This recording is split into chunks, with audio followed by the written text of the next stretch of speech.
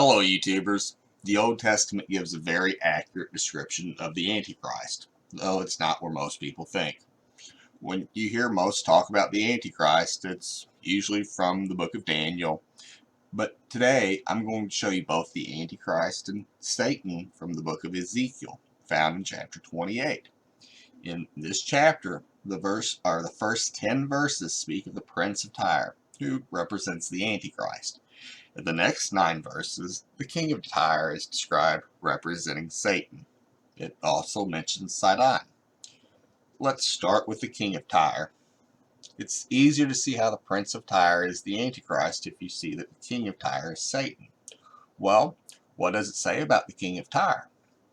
That he was a sign of perfection and was in the Garden of Eden, that he was an anointed guardian cherub, that he was even on the holy mountain of God, and that he was in the midst of the stones of the fire, meaning that he was even in the most holy of places, that he was blameless in his ways until he became prideful and vain.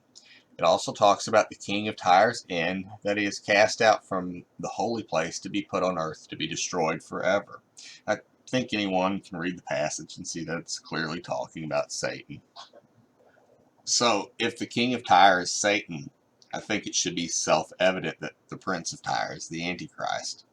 Well, what is the first thing that it says about the prince of Tyre? That he thinks himself a god, but he's just a man.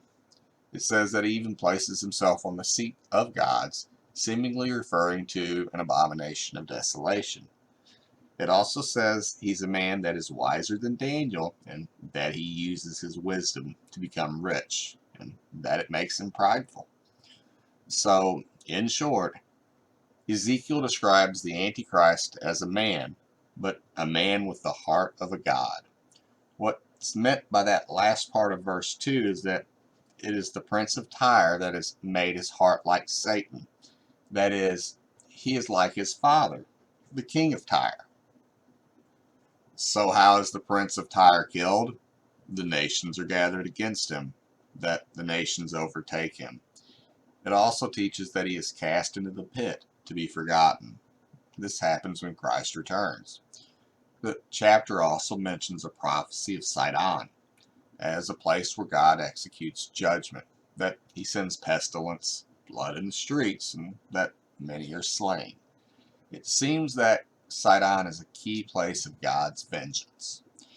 It also teaches that all of Israel shall be gathered to safety and security. Remember that the church has become citizens of Israel, so that this also includes Gentiles that have accepted Jesus. It's referencing the millennial kingdom, after the prince of Tyre is defeated and God executes judgment in Sidon. It's also important to mention that the Bible specifically references Tyre and Sidon when God judges the nations. In the book of Joel, chapter 3, it states, "What are you to me, O Tyre and Sidon, and all the regions of Philistia? Are you paying me back for something? If you are paying me back, I will return your payment on your own head swiftly and speedily." Philistia was, quite obviously, the land of the Philistines.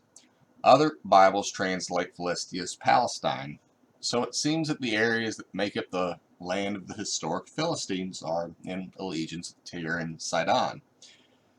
Moreover, the Bible clearly references this as happening during a future day of the Lord, because God is judging the nations. It also provides a clear reference to Armageddon, being in the Valley of Jehoshaphat and in the Valley of Decisions, also referencing the sun and moon being darkened. So it seems that Ezekiel is providing a clear reference to the passage in Joel. Keep in mind, Joel is the earlier passage and is one of the earliest of the prophetic books. Ezekiel is expounding on why God is against Tyre and Sidon. Well, that's all the time I have for today. If you found this video helpful, please show your support by subscribing. Thanks once again.